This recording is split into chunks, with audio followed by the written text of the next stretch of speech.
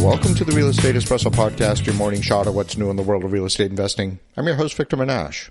Today we're talking about a piece of legislation in Florida that, if it ultimately becomes law, could reshape how property taxes are calculated across the state for decades to come.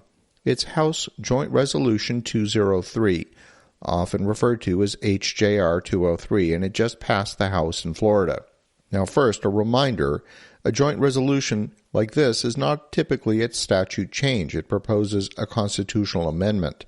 In Florida, that means voters ultimately decide, and it generally requires 60% approval threshold on the ballot. The motion before the House passed with almost 80% approval. So what does HJR 203 propose? The short version is it would generally expand the homestead exemption for non-school property taxes by $100,000 a year for 10 years, beginning in 2027, and by 2037, it would be fully exempt, meaning it would exempt the property from non-school ad valorem taxes. School district levies remain. Now, if you're not steeped in Florida tax language, homestead means your primary residence, and ad valorem, Latin, means taxes based on value. Non-school is important because a large proportion of the local government funding comes from property taxes that support the counties, the municipalities, and special districts, in addition to the schools. The stated intent is meaningful homeowner tax relief phased in over time. The proposal also includes provisions intended to protect public safety funding, limiting the ability of local governments to reduce funding for law enforcement, for firefighters and other first responders below specified baseline years. So why does this matter to real estate investors, or even investors who do not own homesteads? Well, because property taxes are not just a line item. They're a transfer system. If you change who is exempt, then you also change who has to carry the load, and you change what services get funded, or both. And if you change the tax base, you also change market behavior. So let's talk about 3 second-order effects that I want you to think about. First, think about tax base compression and millage pressure. Local governments have budgets, and if a major portion of the residential tax base is phased out for non-school taxes, local governments have only a couple of choices. They either cut spending, or they shift to another revenue source, or they adjust the millage rates on what remains taxable. The taxable base for non-school levies shrinks, so the tax rate on the remaining property classes would have to rise even if spending is flat. That's not any political ideology, that's just math. So what remains taxable? Non-homestead property, which includes second homes, investor-owned single-family rentals, multifamily apartments, commercial, industrial, and some categories of vacant land, depending on the classification. So if you own income property, you should at least contemplate a world where a bigger share of local budgets are funded by you and by commercial property. Second, behavioral responses and unintended market distortions. If the policy creates a larger wedge between taxes on homestead primary residence and taxes on everything else, you create an incentive. People may hold on to their homestead longer. You may try to qualify properties as a homestead. That may shift assets into owner-occupied structures. At the margin, that can affect inventory, can affect mobility, and the economics of small landlords.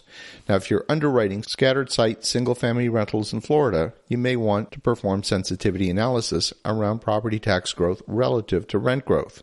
Not because rents will not grow, but because property tax policy can change faster than you might be able to raise the rents. And then third, there's substitution to fees, special assessment, and other non-ad valorem charges. Local services don't disappear because the funding mechanism changed.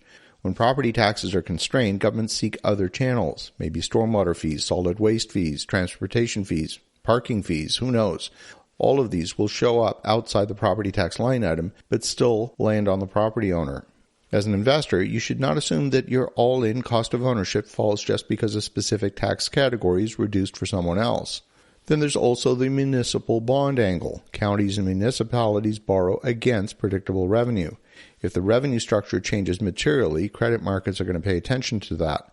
That doesn't mean the bonds are going to default, but it can change the borrowing cost, and it can certainly change the feasibility of expanding the infrastructure. You may not get a bond in the future if the credit markets don't believe your story. So what should you do with this as an investor? Number one, don't make any political bets. Make underwriting bets. If you're investing in Florida, build a property tax scenario table. In the best case, the current regime continues. There will be some alternate cases. Some portion of HJR 203 becomes reality over time. You want to stress test this. You want to stress test higher millage rates on non-homestead properties plus an increase in fees. If your deal breaks down under those scenarios, the deal was too fragile. Number 2, know your product and know who your customer is. If your product is entry-level workforce housing, your tenant base may be the same population benefiting from the homestead relief, but your asset may not benefit, and that could be political tension. It could turn into pressure on landlords. If you're in commercial property, you want to understand whether local governments become more reliant on commercial taxpayers, especially in markets with a high concentration of homestead exemptions. And then number 3, you obviously want to watch the timelines. HJR 203 passed the House, but it's an early milestone. It's not the finish line. There's a lot that's got to happen between now and it being implemented. It's got to go through the Senate, then to the voters, and it could even change between now and the final incarnation. The big picture is this. Stable real estate investing depends on stable rules, and when the rules change, the winners are the people who underwrite reality and not the people who assume yesterday's spreadsheet will still be correct tomorrow. So as you think about that, have an awesome rest of your day. Go make some great things happen, and we'll talk to you again tomorrow.